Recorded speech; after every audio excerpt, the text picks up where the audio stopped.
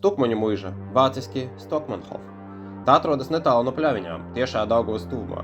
Muiža un tās iedzīvotāji bija viens no Pļaviņu pilsētas veidošanas pamatakmeņiem.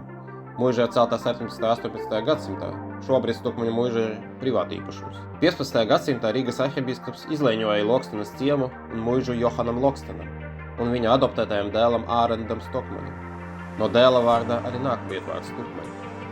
Stipri izpostīts poļu zviedru karu laikā, kad zviedru valdība muižu konfiscēja, kārtējos postījumus muižā atnesa Ziemeļu karš un tam sekojošais mēris. Tad piederēja von Levenšternu dzimtai, tad jau saimniekoja Mēdemi. Pēc Latvijas neatkarības atgūšanas muiža nonāca privātīpašumā. Tas, kas redzams, ir vecā kungu māja Sikadele. Neskatoties uz to, ka tā bija dzīvojamā māja, tā celta kā cietoksnis. Par to liecina šaujamlūkas Cikadeles torņa sienās.